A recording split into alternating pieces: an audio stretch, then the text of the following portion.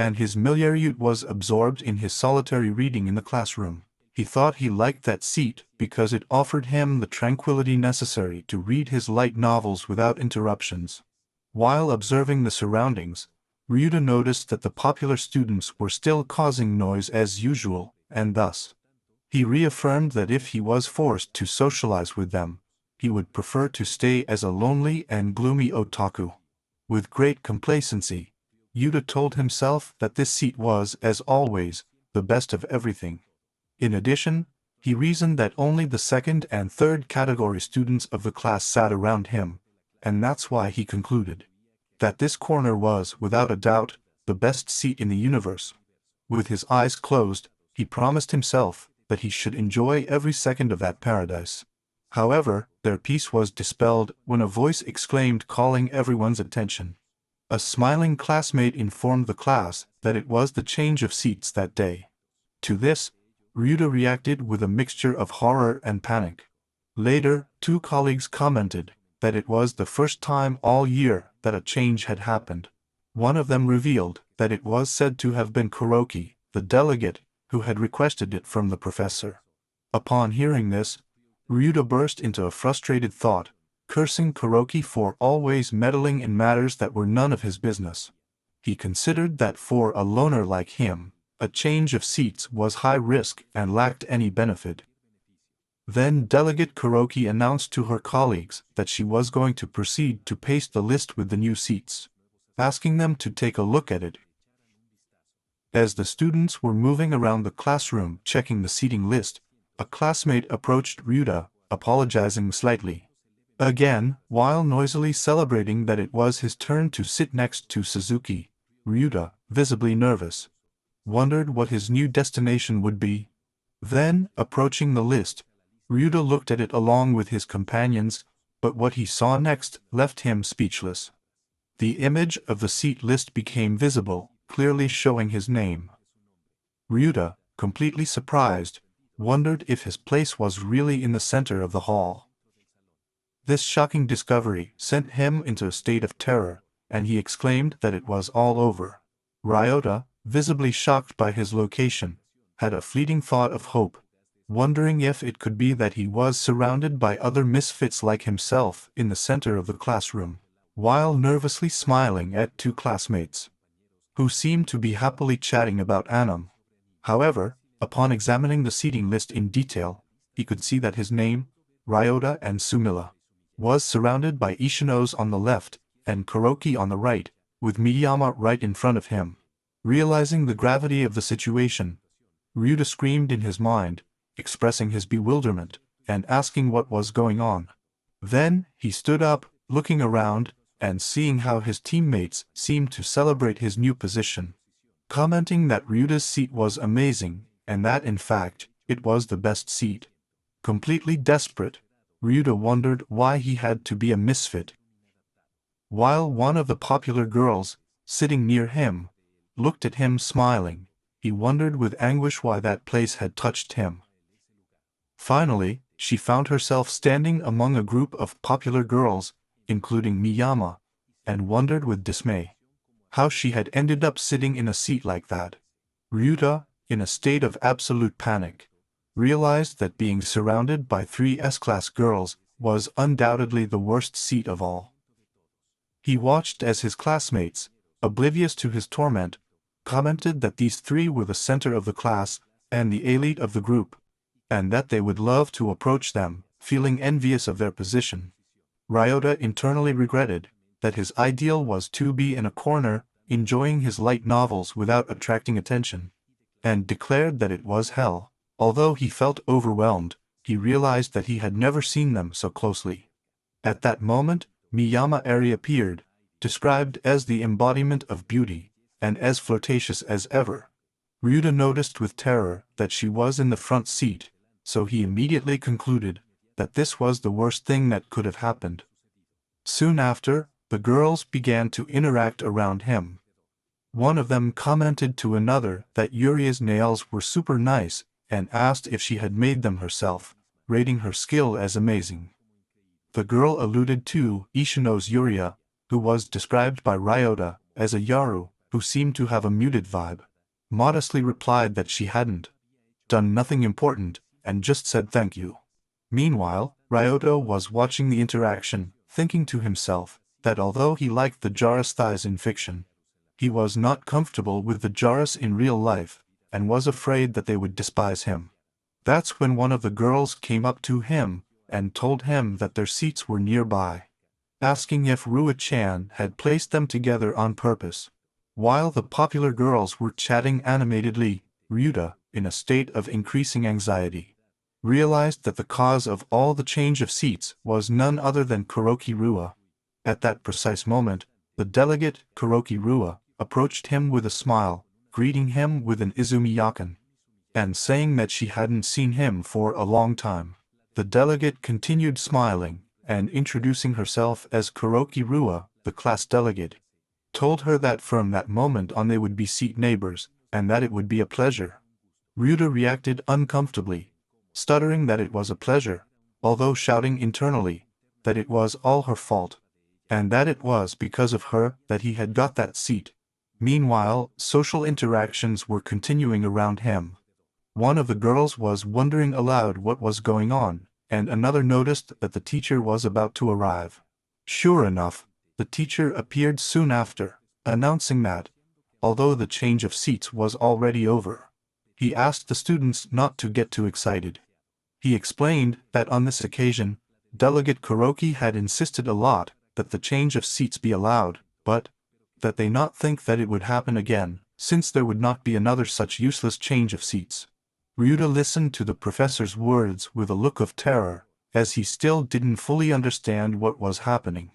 At that moment, it was announced that the class was over, and Ryuta, still with a horrified expression, wondered aloud if perhaps they would not change seats until the end of the second year. The popular girls were continuing their conversations, and one of them asked Kuroki if he knew that guy, referring to Ryuta. When one of the classmates asked Kuroki if she knew the protagonist, the delegate replied in the affirmative, revealing that they had been classmates in high school. While the girls were chatting, Ryuta was trying to regain his calm, wondering if he should try to calm down with a light novel, and if Kuroki really remembered him, although he admitted that he couldn't help but start to worry. At that moment, Miyama Eri, who was sitting in front of him, turned to make a comment that deeply embarrassed him. The book I was reading had some pretty dirty drawings. Body. Desperate, Ryota internally begged him to shut up, please. Eri's look made him panic, because he was afraid that she would look at him with disgust, and he wondered what embarrassment would happen. Fortunately, Ishino's Yuria intervened, asking if they wanted to accompany her to buy cosmetics that day.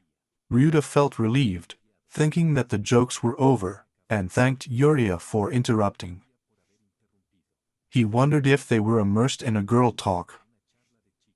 Rua then told Miyama Eri that she was free because she didn't have track practice that day, and asked Eri if she was too. Miyama Eri reacted with a noticeable discomfort, responding with a hurried murmur, and hesitating about his availability. When asked if Miyama Eri was free, she reacted with a nervous smile and a hurried expression, asking for forgiveness because she was just going that day, and explaining that her boyfriend had told her he wanted to go to Starbucks after class. Ryuta, who had been listening, wondered internally if she and her boyfriend were going to Starbucks, while the other girls, with an understanding expression, told her that they already saw, and that in that case there was no problem. In turn, Eri offered them sincere apologies. Eri, with a triumphant smile, thought that this was amazing and that, although for someone like Ryota, who was at the lowest, it didn't affect him at all, she did have plans. Meanwhile, Ryuta was finally able to leave the school, feeling relieved, as he thought that the jealous looks of the boys had been unbearable, and that it had definitely been such a weird day. While walking down the street, he noticed a couple, and thought with frustration that this couple was being too affectionate, so she internally shouted a curse. However, despite the social chaos that he had experienced during the day, Ryuta felt a renewed sense of hope. When he saw the facade of an anime store, remembering that he had his own world of manga and light novels that he loved so much. Also, that day was the release day of the light novel that I had been waiting for so much. However, upon arriving at the store, Ryuta's excitement abruptly faded when she saw a poster announcing the title of her novel, followed by the terrible news, product sold out. Inside the establishment, an employee informed Ryuta that they were very sorry to inform her that the product was out of stock. At this, Ryuta reacted with an expression of surprise and resignation, nodding slightly to indicate that he was fine, and that he understood the situation. He thought it was logical, since the novel was Opasui, her favorite of the web, and besides being one of the most popular, it was to be expected that it sold out quickly. Desperate, Ryota wondered if he should try asking at a nearby bookstore. So he took out his phone and called a store, introducing himself and asking if they could help him. Once he was taken care of, Ryota explained that he wanted to know if they had a light novel that had just been released in stock. He added that although it was a little embarrassing to say the name of the novel out loud, he wanted to buy it if they had it. The person on the other end of the line asked her if she meant a light novel and asked her to wait while he checked availability. Ryuta noticed that the voice sounded somewhat cheerful. Thereupon, the clerk, in a voice that Ryuta felt he had heard before, informed him that he believed there were 4 copies of the book left. Ryuta, his heart racing, wondered if it was his imagination, or if he really knew that voice from before. Finally, the store gave him the information with a direct answer about the stock, and Ryuta, with a relieved smile, he thanked with an enthusiastic "Thank you very much for the information," and exclaimed that he was going there right now. The employee on the phone said goodbye with an energetic "You're welcome, and see you soon." Ryota stared at his phone and wondered, a little annoyed by the rush, if the employee shouldn't have cut the call with the customer. As he was making his way to the bookstore, Ryuta was thinking that maybe the clerk he had talked to was new, given that his voice sounded juvenile. As he entered the store and greeted, introducing himself as the one who had called earlier about the book, he met a familiar figure head-on. The person who waited on him was none other than Miyama Ivy, who was wearing an apron and carrying a stack of books. She, with a trembling voice, said to him, "Here she is," and he, completely surprised, stammered when he realized that it was the girl who was sitting right in front of him. Ryuta screamed in his mind, completely shocked, wondering if Miyama Eri was working there. Eri, visibly embarrassed, was holding the books, while looking at him with blush on her cheeks.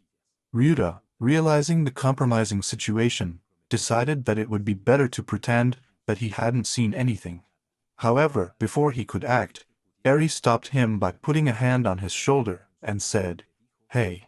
With an expression of deep concern, Eri approached him and asked if he was thinking about telling everyone that she was working there. Ryuta, reacting to the pressure, wondered with surprise what was wrong with him. Eri continued with determination, warning her that she was working within the time allowed by the school regulations, and that she also had the permission of the school. Miyama Eri, with a blushing face and amazing tears, asked Ryota if perhaps he was thinking about telling everyone about his work. Ryuta, completely stunned by the situation, could only respond by asking to wait a moment. At that instant, a third employee, a girl with short hair, intervened loudly, exclaiming a loud "why" and warning that it was not allowed to fight with the boyfriend while working.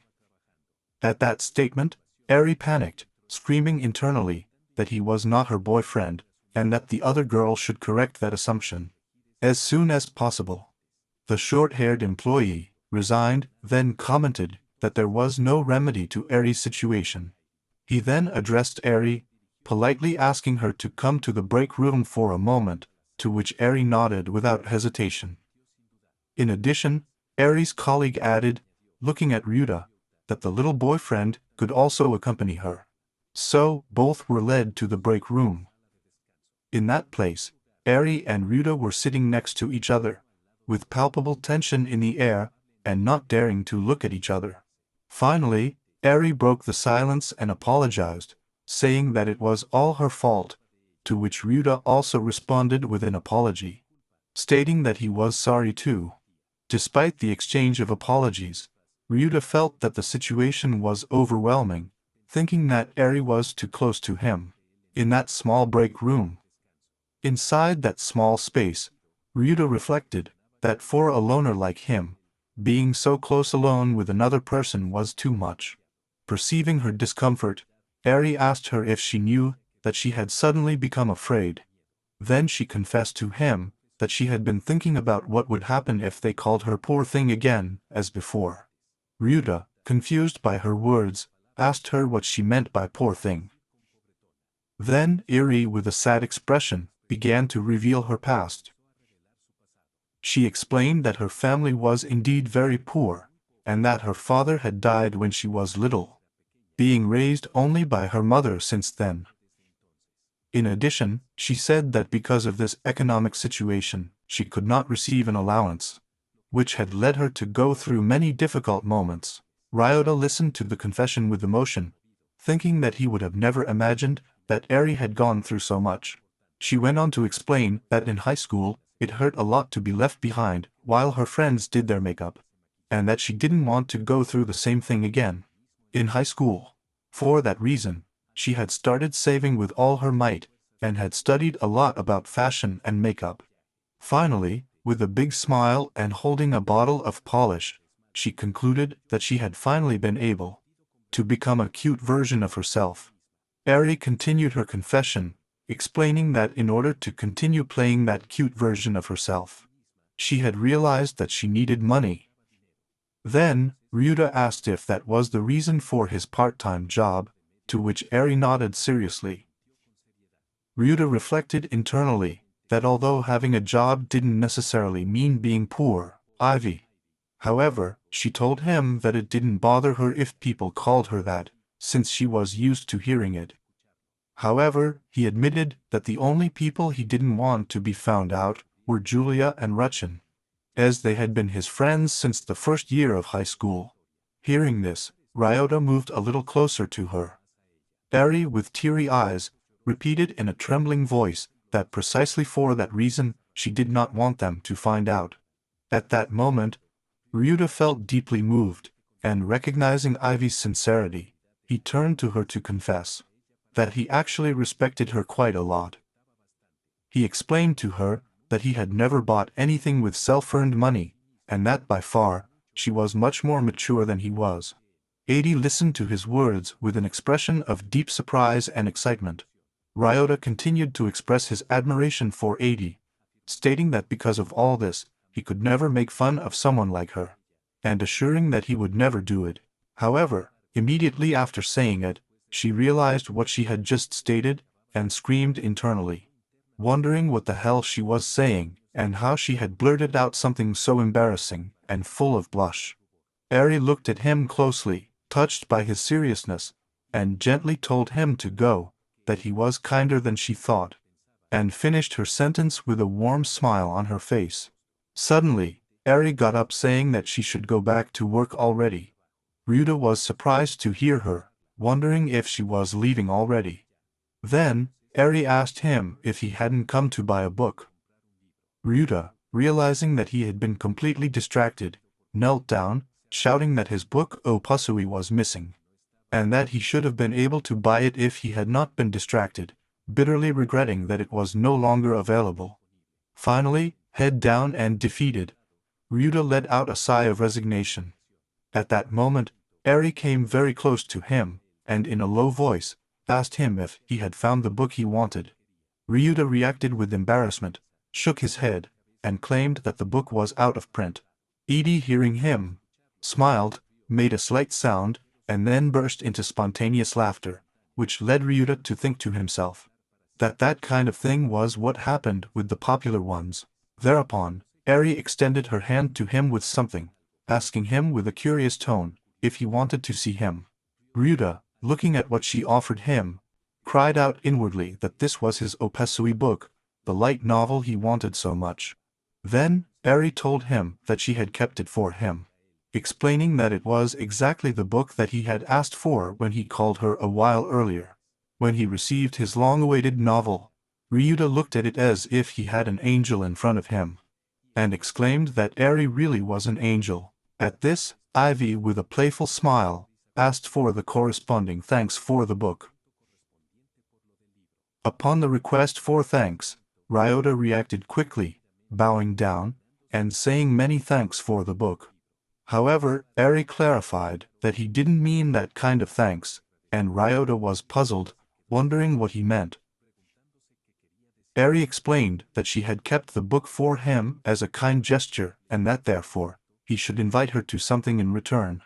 In addition, he added that since Ryuta had discovered her true nature, and since Eri was a girl interested in money, he would ask her why he didn't invite her to something at the coffee shop the next day.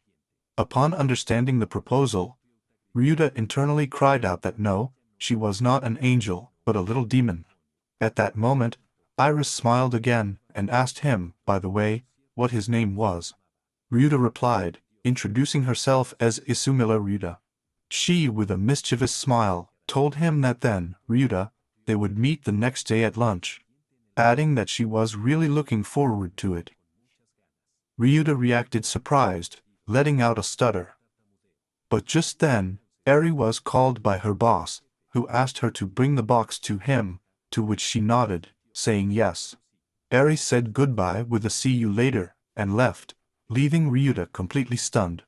He stared at her with a panicked expression, as he couldn't quite assimilate what Eri had proposed to him. Ryuta was wondering in terror if he was going to have lunch with Miyama Eri, the most popular girl at the cafeteria. And he was wondering if doing that wouldn't look super weird. The next day, Ryota was back in his new seat in the middle of the room. He was reflecting that after the change of seats, he had ended up surrounded by S-class girls, which normally anyone would think was the best thing. However, Ryuta considered that this guy was blindly only interested in 2D girls, and wondered why an otaku like him was going through all that. He decided then that it would be best to concentrate on his novel, the one he had fought so hard to achieve. At that moment, he noticed some legs very close to him, which made him wonder whose they were. When she looked up, she met Ishino's Yoria, the apathetic Yaru, and she screamed in surprise, wondering what she was doing there. Yoria looked at him intensely and claimed that there already was. He had remembered. Ryuta, scared and confused, asked her what she meant by that, and if perhaps she was a criminal. But just at that instant, Eri appeared on the scene, and without hesitation, greeted Ishino Sayoriya, who, with great encouragement, immediately returned the greeting. Before retiring, Iris stared at the protagonist, and then, she made an accomplice wink at Ryota. He reacted to the gesture with an intense blush, wondering if by doing that they looked like a couple without anyone knowing. He tried to analyze the meaning of the gesture, wondering if the meaning of that wink was simply nothing more than a wink for no reason.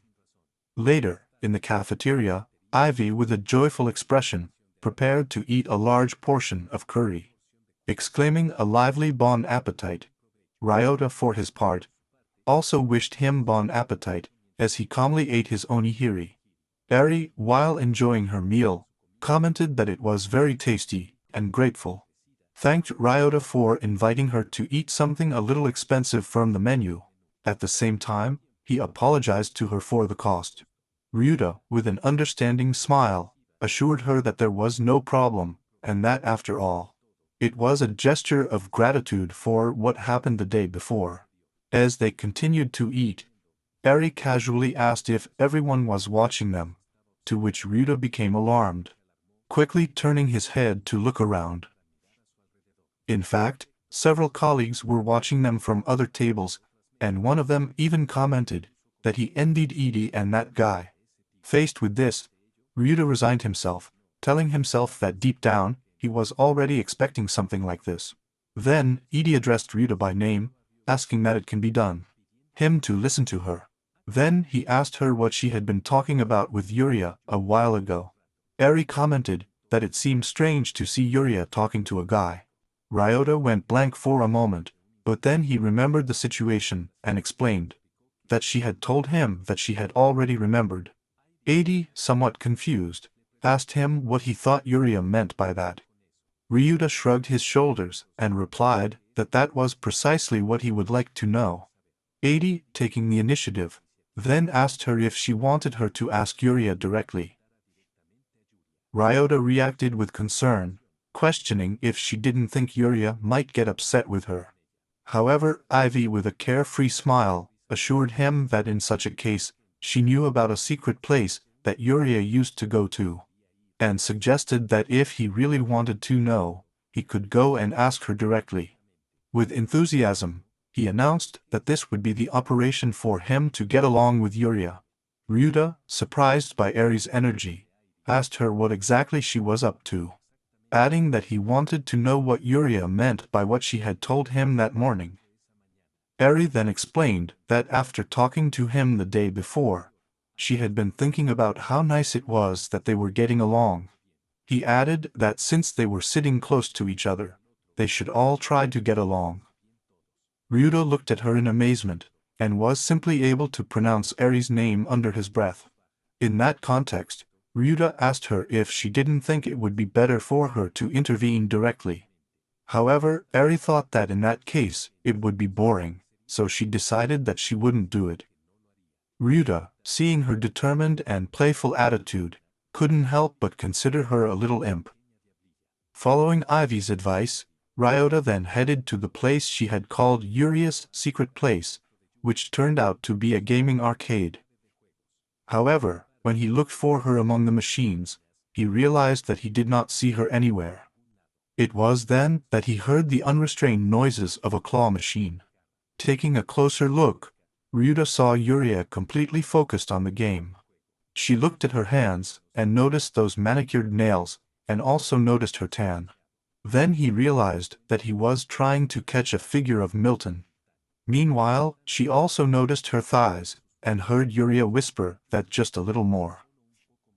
At that moment, Ryota internally exclaimed Isha knows Yuria's name and concluded that it looked like she was struggling quite a bit with the machine. While Yuria was getting frustrated about not being able to get the figure, Ryota looked closely at the claw machine and wondered in amazement how it could be that Agyaru was trying to get an anime figure. Immediately, he thought with increasing panic if perhaps she wanted to resell it. Shortly after, Yuria, seeing that the game was over, announced that she would go for change. Ryuta stayed only for a moment before Yuria, turning around, saw him. Noticing it, she looked at him with surprise, and he asked her what she was doing there. Yuria reacted with a panicked and blushing expression, asking Ryota if that wasn't déjà vu, and added that now he knew her weakness. She then confronted him directly, asking if he was planning to tell the others that she was trying to get that figure, and if perhaps he was planning to ruin it by revealing it. Ryuta immediately replied, emphatically assuring that of course he wouldn't. Trying to get closer to her and continue with the operation suggested by Eri, Ryuta dared to take her hand, and told her that the truth was that he had also come to get that figure. He added in an internal thought that this was his strategy to be able to get along with her. Yuria looked at him with wide eyes, showing a mesa expression of surprise and blush.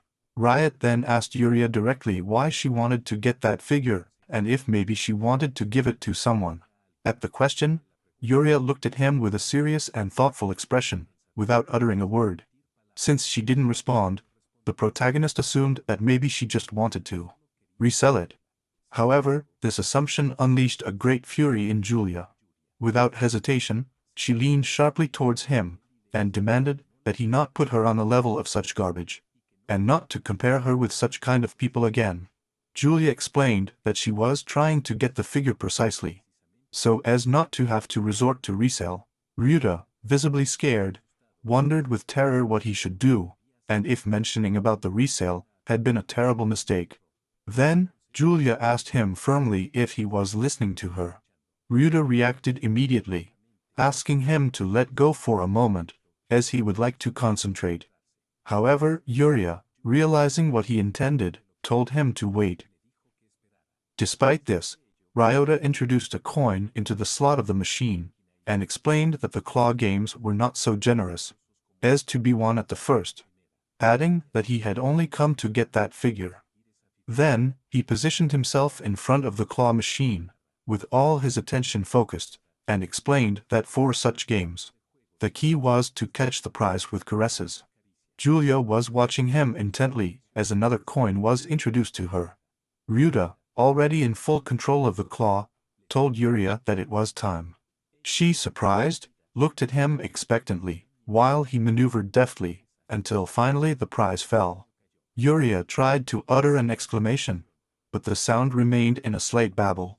However, when he saw the figure coming out of the machine, he expressed with great surprise and admiration that it was amazing. And that Ryuta really was amazing.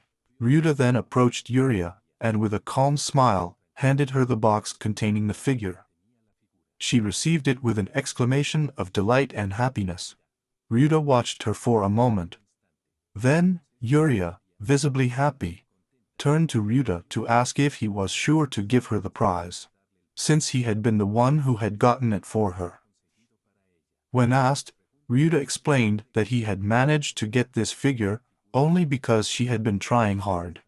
So he considered that this object belonged to her. Seeing the surprised and insecure reaction of the guy, Yuria was very self-conscious, feeling the need to ask him if maybe he was going to make fun of her. Her biggest concern was that he would make fun of the fact that a high school girl like her liked anime figures of that type, and she confessed that no matter how much she thought about it, her own taste seemed strange to her. Ryota, after assimilating the situation, replied that indeed, his taste was unusual. However, she confessed that she was surprised that she enjoyed an anime with such specific content, but quickly qualified her comment, assuring that there was nothing wrong with being proud of what one likes. The guy continued his explanation by revealing his own tastes by showing his light novel. He explained that the reason he could speak so frankly was that he was not ashamed of what attracted him. And that was precisely what it meant to be an otaku. He even mentioned that he didn't use covers to hide his books. Finally, Ryota concluded his point by saying that he didn't think it was wrong, either if she decided to hide her hobbies and so on. I preferred it that way. Then, with a smile, she advised Yuria that if she really liked that play, she should not belittle herself. Yuria, visibly moved and blushing, simply nodded silently. However, Ryuta, overcome with shame, internally reproached himself. Internally, wondering what he was saying if he was a nobody. To get out of trouble, the guy tried to change the subject, and asked Yuria if it didn't seem better to forget everything that had happened that day. But she flatly rejected the idea. At that moment, Yuria, with a longing expression and a deep blush, made a surprising confession. She revealed that the reason she liked such things was that she was also an otaku. Ryuta reacted with great astonishment, and exclaimed if he was saying that she was an otaku. Ryuta then asked him if that meant he had been hiding that one. Done in secret until that moment, but Yuria replied that she did not think it was exactly that is, she did not consider that she had been hiding it as such. However, Yuria admitted that it was a little difficult for her to openly show that hobby in front of her friends, Eri or Rua. The reason for her caution, she explained, was that they were very important friends to her, and she wouldn't like them to drift apart just because she liked that anime. For the same reason, he confirmed that he had not told anyone, while Ryotala looked thoughtful, and Yuria remained silent. Next to her, the girl could observe other students laughing in the distance. At that moment, Ryuta apologized to Yuria, admitting that he had probably said something very insensitive, to which she simply replied with a murmur. Yuria then asked the protagonist if his name was Isu. Mila Ryota. Upon receiving the confirmation, she ordered him to remember her name, pronouncing it out loud herself, and his smile. Then he asked her to do him a favor. Then, Yuria approached Ryota with a serious and pleading expression, and asked him to please not tell anyone that she was an otaku, emphasizing that she should not tell Eri or Rua in particular. Ryuta, visibly nervous about Yuria's closeness, assured her that he didn't really plan to tell anyone, which provoked in her an exclamation of real relief. While she was taking something out of her bag, Yuria asked him if, in that case, being with him meant that she wouldn't have to hide her hobby. She mentioned that it left her calmer. Yuria then approached Ryuta and showed him a book, announcing that she had also bought it, revealing that that was what she had remembered that morning. Upon seeing the title, Ryota immediately reacted with amazement, wondering in his mind if the phrase "I already remembered it" actually referred to the title of the novel. Finally, Yuria, with a determined expression, addressed Ryota in a direct and somewhat demanding way. She told him that she had decided that he was going to be her escort for an otaku chat, and demanded that he pass her his line. However, Ryuta quickly reproached him that his attitude was too selfish. Faced with this, Yuri adopted a more threatening attitude to force him to cooperate. He warned her that if he refused to do so, she would tell everyone something about him. Ryota reacted immediately, panic-stricken, realizing that she had noticed his gaze. Yuria then proposed a deal to him, told him that he would protect her secret, and in return, she would protect his. With a determined smile, Yuria confirmed to him that from that moment on, they would have a relationship of mutual secrets. Finally, Ryuta agreed to pass her line, and that way, Yuria was able to add her contact, achieving her goal. And that's how the protagonist ended up establishing a relationship with Ishino's Yuria, the number one Kyaru in his class. A relationship a little different from the one he had with Eri. Later, Ryuta and Yuria left the building together. As they were walking, Yuria asked him if the novel she had bought, and which had originally started as a web novel, had a lot of followers, to which he simply replied that yes. That night, Ryuta was lying at home, and thought to himself that he would never have imagined that Yuria would be an otaku. At that moment, his cell phone rang. When checking it, she noticed that she had received a text message from Eri, who was asking if she had been able to talk to Julia about what had happened that morning. However, Ryota decided that he would have to invent something so as not to compromise Julia's secret. Shortly after, Eri sent him another message, assuming that it was probably nothing important, and that it would be best to forget about it.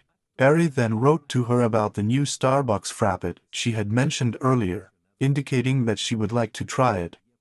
Ryota thought to himself that Eri had gained a lot of confidence after the incident with the curry bread, and that surely next week she would want to keep sending him messages. Just at that moment, another notification sounded, and Ryota realized that the new message was from Yuria. She thanked him for that day, and to show her gratitude for the figure, she proposed that they go to the cinema, inviting him herself. Ryuta, completely surprised by the invitation to the cinema, internally exclaimed if Yuria was really asking him that. She, noticing his reaction, quickly added that if he didn't want to go to the cinema, they could go somewhere else without any problem. However, Ryuta's internal response was immediate and overwhelmed. Tomadora, enthusiastically, claimed that she would obviously go. He was delighted at the idea of trying the new Starbucks frappe with ID, and then going to the cinema with Julia. After finishing reading the message, Ryota, still amazed, recognized that such events were something he never thought would happen in the life of someone like him. While looking at his schedule, he told himself that this was what it meant to live life fully, especially when seeing notes such as going to the cinema with Julia and having a frappe with Eri. Later, already lying on his bed, he concluded that all that situation positive. It was due to the recent exchange of seats in the classroom. This thought immediately led him to remember Rua, wondering if this beneficial change was her work, since she had been the one who suggested the relocation. While staring at the ceiling, Ryota questioned whether his action had been intentional. In case it was, she couldn't help but wonder why a girl like her would have sat someone like him in the middle seat. He remembered then that the two had been classmates in high school, although they never got to talk. This memory led him to suspect if she might have something against him. Filled with insecurity, Ryuta thought that someone as remarkable as Kuroki Rua surely didn't even care about a nobody like him. Finally, he tried to calm down by convincing himself that his suspicions were just an excess of thought, and that it must be a simple coincidence. But, somewhere else, under the night sky, someone was looking at a photograph of Ryota. It was about Rua Rua, who, with a sweet and malicious smile, emitted a faint sound of satisfaction. The next day, Ryota woke up yawning, commenting to himself that it was an especially sleepy morning. When he arrived at school, he mentioned that he had spent the early morning chatting online with Julia, which explained his tiredness. He reflected that when the conversation was between otakus, everything completely changed, referring to the passion with which they had spoken. While walking down the hallway of which lockers, Ryuta was continuing his routine when, suddenly, Rua Rua intercepted him. She greeted him with a smile and called him Isumalaken. He quickly approached her to tell her that it had rained that morning. The interaction left him perplexed, leading him to wonder if Rua was the type of person who would talk to someone as much as him. Soon after, Ari and Yuria greeted Rua enthusiastically, saying good morning. Rua greeted her too, and then asked them if they had been sharing umbrellas, turning especially to Yuria to ask if she was feeling lonely. Yuria immediately replied that no, explaining that Ari's umbrella had broken down, and that's why they were coming together. Rua, with a slightly scolding tone and a suggestive smile, told Yuria to look at how she was, and to learn to be more honest. While Ruta remained nearby, observing the scene. Have dinner with attention. The protagonist, for his part, told himself that he had to make sure that no one discovered anything that had happened the previous day. Rua, noticing Yuria's behavior, asked her if something was wrong with her. Yuria, without hesitation, replied that it was nothing, and immediately announced that she would come forward. Seeing his reaction, Kuroki Rua indicated that he understood. The two friends, Rua and Eri, briefly talked to each other. The girl with the pigtails asked Rua what was wrong, and Rua assured her that it was nothing important, suggesting that they leave too. Ryota watched as Rua turned to leave, and at that instant, she gave him a meaningful smile as she walked away. This gesture left Ryuta totally upset and shocked, wondering what that smile had been.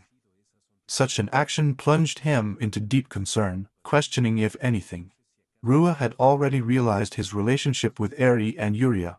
Ryota began to reflect on Kuroki Rua, realizing that she had not only obtained the third best mark in the mock exam, but had also conquered all the tests in the athletics competition, which the converted, without a doubt, in a super genio, and also in a somberly beautiful woman.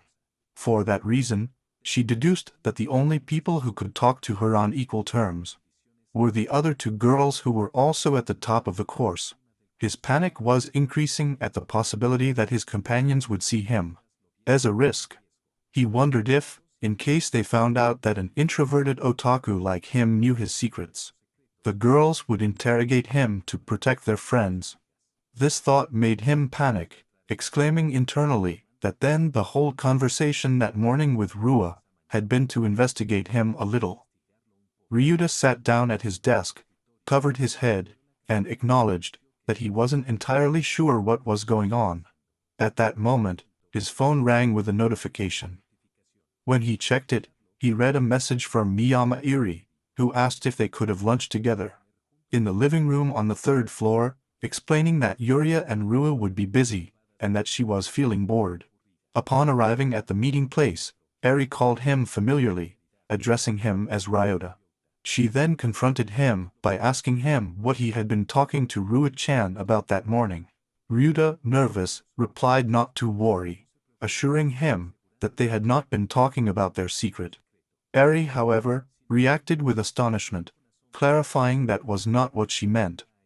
Then, Eri explained that she just wanted to know why Ruchin was in such a good mood, and that was it. Ryuta, surprised by the question, asked if Rua had really been in a good mood. Eri explained that when Rua-chan talked to boys, he usually put on a serious face, as if he despised them. However, he noticed that when talking to Ryuta, He seemed to be having a great time. Eri suddenly realized something and excitedly exclaimed that blindly Rua-chan was in love with Isumila Ryota. He, totally alarmed, assured her that what he was saying was very hasty, explaining that he and Rua had not had any contact until the moment of the seat change.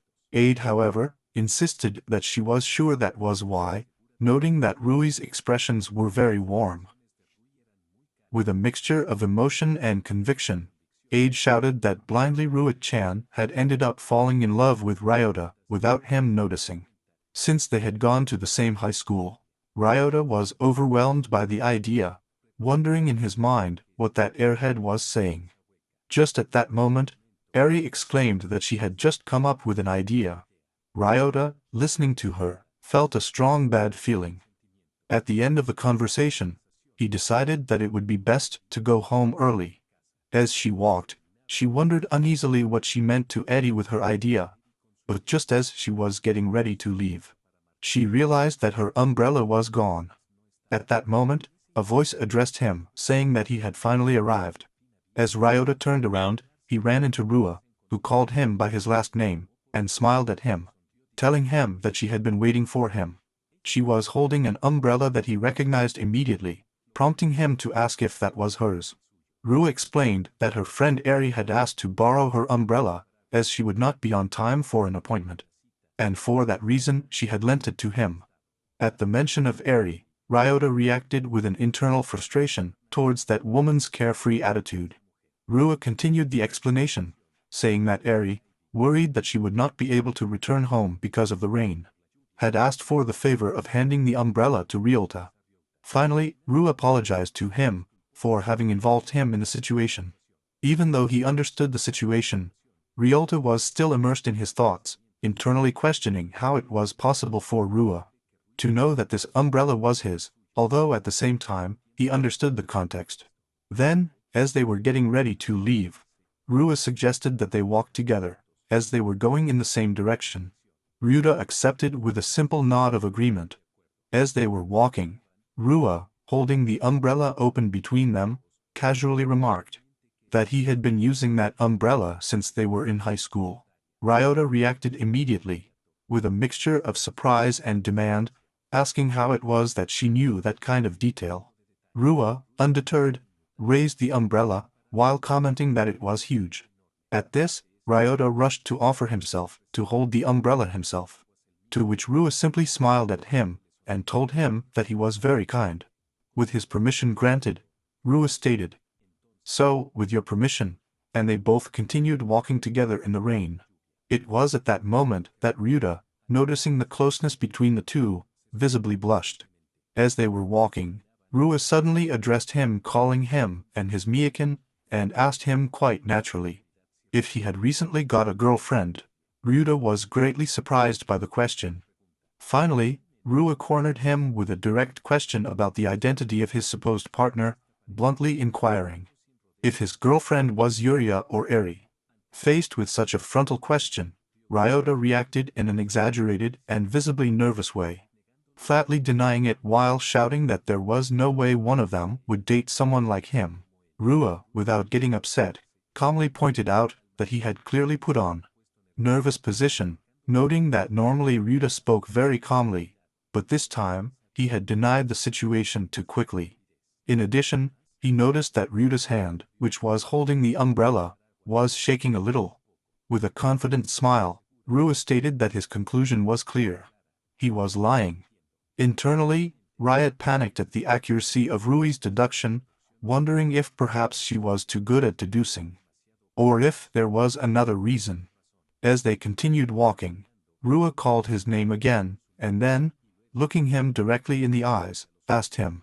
He asked why she was lying to him, as a friend had told him that she had seen him having lunch with Eri the day before. Then he asked her if that was true. Rua, insistently, asked him to explain how it was that they began to get along, requesting a clear answer. Ryota, visibly blushing and sweating from the rush, tried to explain himself, although it was difficult for him to formulate the sentence. Finally, he managed to say that the day before, he had met Eri by chance in a store, that she had given him something that he wanted, and that he just wanted to thank her, that was all. Ryut insisted that she had nothing with Ivy, and asked Rua to please believe her. At this, Rua observed him with a serious and thoughtful expression, but then she smiled sweetly, and told him that she understood, and that in that case she was pleased. This unexpected response made Ryuta jump, feeling a combination of nervousness and confusion. As they kept moving forward, Rua started talking about herself. She revealed that she had been a perfectionist for a long time, and noted that she sought pure perfection, both in studies and in sports. She went on to explain that she could not be satisfied if she failed to achieve that perfection, even in the eyes of her parents, teachers and others. Ryuta was stunned at this revelation, internally wondering what it was that Rua was saying now. Rua smiled again, and frankly, he confessed to her that the fact that Ryuta was not from Eri, that is, that he did not have a relationship with her, had made him feel calm. That confession made a strong impact on Ryota, who reacted with his eyes wide open in amazement. Visibly nervous, he asked Rua what he meant by that.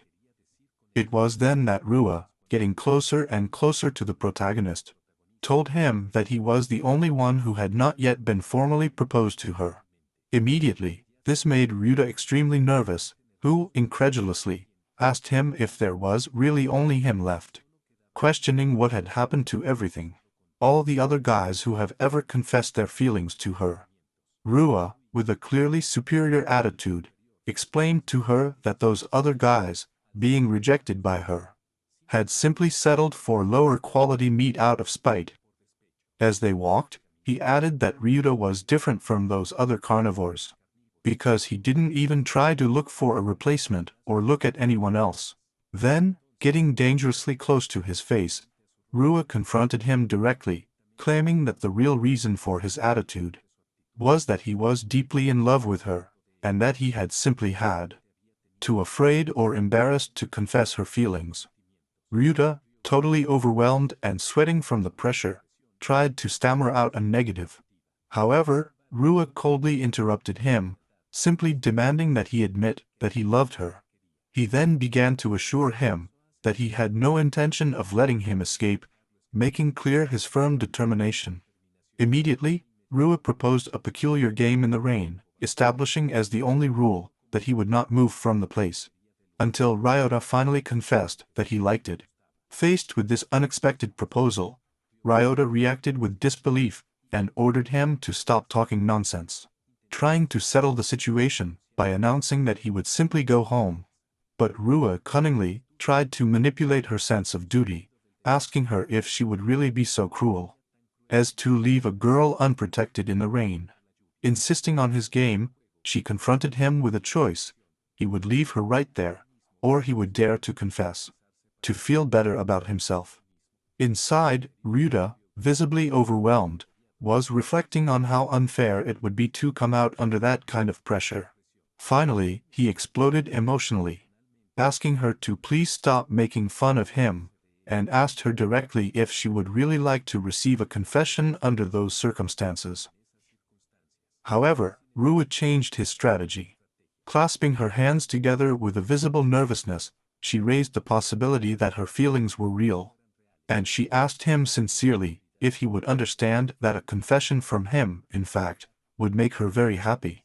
This statement completely shocked Ryuta, who remained silent, processing the possibility that Rui's words were not a joke. With a blushing expression and a full, determined look, Rua finally came clean.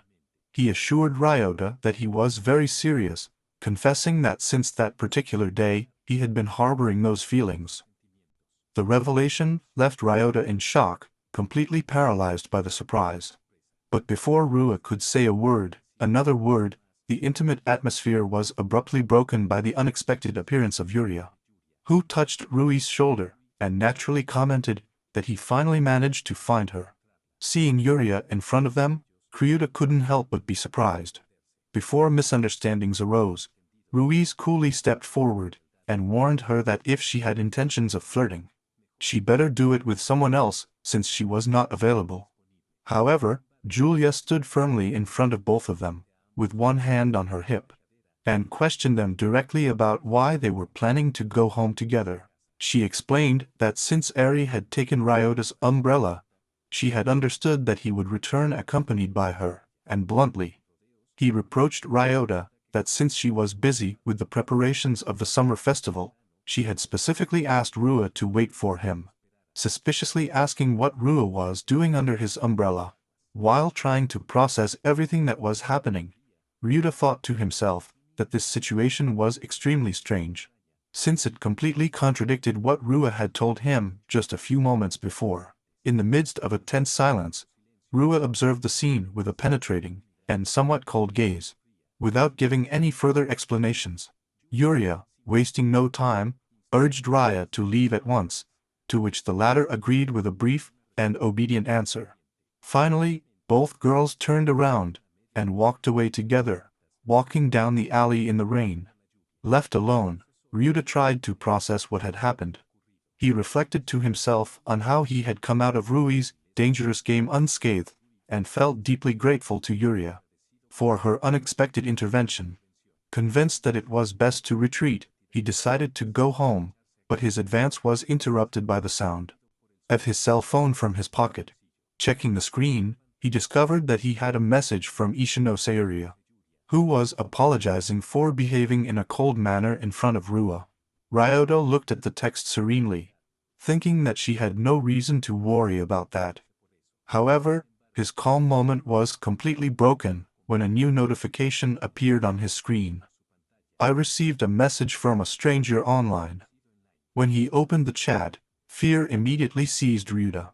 The message came from Kuroki Rua, who was writing to inform him that now that their relationship had improved, he had decided to add him as a friend. However, the tone of the message was far from friendly. Rua warned him in a threatening way that he should keep secret what happened moments before.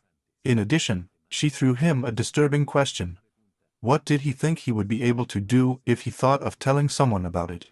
Rua continued her message with a declaration of absolute possession, assuring him that she would undoubtedly make him hers, and concluded her message by ordering him to calmly wait for her. Ryuta, his face distorted by horror, broke down at the irony of this request. He wondered how he could wait calmly when all he felt was a terrifying fear. Suddenly, the phone slipped from his hands and fell to the ground with a dry, rain-soaked thump. As the water continued to fall, Riot went into a state of total shock. Desperate, he wondered why 3 of the most beautiful girls in his class were after him. Someone who had always considered himself an unimportant background character.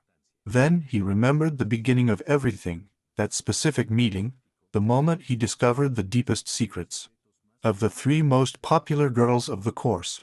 With his gaze lost in the mobile screen, and an expression of resignation, he accepted that his quiet life had come to an end. Because of this strange chain of events, he couldn't help but wonder how a simple exchange of seats could trigger such chaos. Despite considering himself an ordinary student, a simple secondary character, his reality had completely transformed. Ryuta reflected bitterly on how an otaku like him should be spending his time visiting anime stores, playing in his room, or reading light novels. However, he acknowledged that in his case, the current situation was very far from student normalcy. In the midst of his nervousness, Ryota was holding his cell phone tightly, while a new notification from Rua made him tremble. Internally, he told himself that he should think carefully about a suitable answer for her. However, the messages did not stop. Soon, Julia also wrote to her, asking if she would follow through on her plan to go to the cinema to see the new June movie. Almost at the same time, Eri sent him a completely different message. I was excitedly telling her that while returning home, I had found a tadpole. Although she admitted that she found it kind of gross, she couldn't help but consider it adorable. Soon after, a new notification from Rua appeared on his screen. This time, I had sent an image. While reading a short message accompanying the photo, where she talked about a rainbow, Ryota felt insecure. I wished more than anything, not to respond in a clumsy or unpleasant way. And as Rua kept sending him more images, he couldn't help but wonder what she was up to now, and if it was something dangerous. Finally, and with some hesitation, Ryota decided to open the chat and discover the content of the message. Upon accessing the image, she came across a photograph of Rua on the athletics track, wearing a sporty outfit that highlighted her figure. She would ask him coquettishly if she looked cute. The impact was immediate. Ryota blushed completely, and although he tried to restrain himself, he couldn't help but think hard that Rua looked really beautiful,